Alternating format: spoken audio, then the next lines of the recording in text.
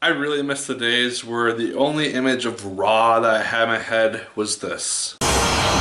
Merrick's chant is awakening the Egyptian god monster! Now the beast belongs to him again! Envelop the deserts with your glow and cast your rays upon my foe! Unlock your powers from deep within so that together we may win!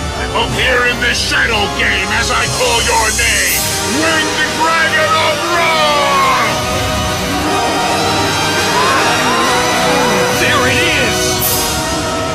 Behold my great beast!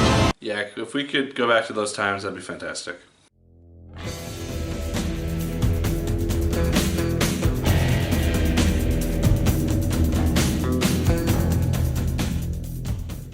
Hello once again, watchers of good movies. My name is Nick Pell and this is once again coming from my apartment. Now today we are going to be talking about the film Gods of Egypt.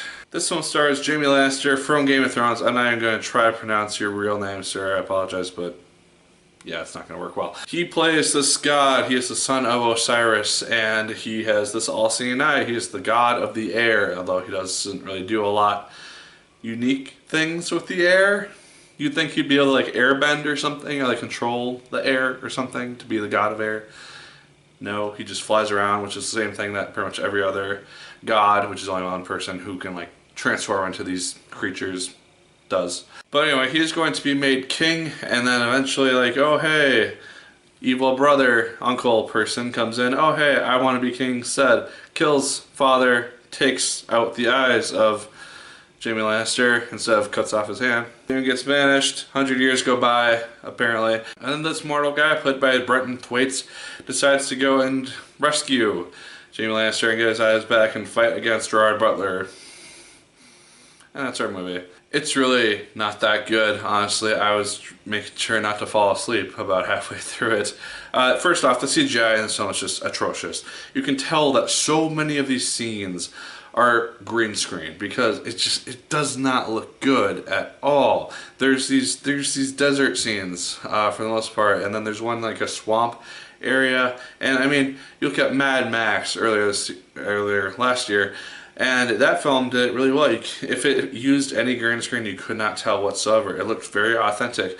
This looks so terrible, and it's just so drastically obvious that that's using green screen and CGI for backgrounds, and it doesn't look good at all. The plot is also the most predictable thing in the world. You generally know how this whole thing is going to play out if you've seen any movie before with a hero's journey type of synopsis. And as a result, I was quite bored for most of this because, like I said, I kind of had a feeling of where it was going to go. And the 2-hour time span for the film does not really help it that much because it just forces it to kind of draw out a lot of scenes, a lot of these subplots, which don't ultimately really matter that much for the core story of, oh hey, fallen prince has to go and avenge his kingdom from his evil uncle. Sound a little bit familiar by chance? I will say this with the CGI though, the creatures as well as like the actual like god creature stuff that they transform into, that actually didn't really bug me too much because those looked actually pretty good. There's like these giant snake things which show up eventually. Those look kind of cool.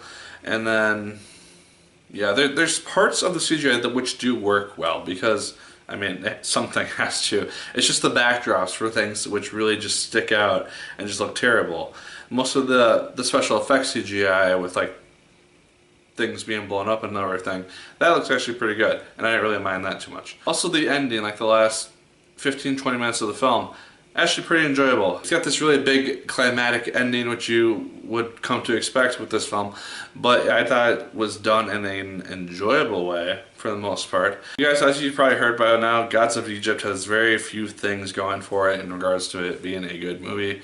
It has, like I said, a fairly enjoyable ending.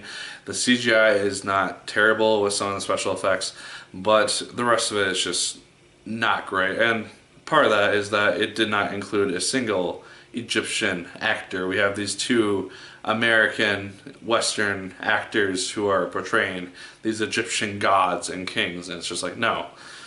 It's not going to work that well with that. So, I don't know. I found myself very bored with Gods of Egypt. Like I said, ending was fine, but for the most part, I was just terribly bored with the whole thing. So those are my thoughts on Gods of Egypt. Let me know yours in the comments down below. Did you like the film as much as I did? Did you hate it more than I did? Let me know. Like, favorite, comment, and subscribe. Once again, if you so choose, I appreciate it immensely.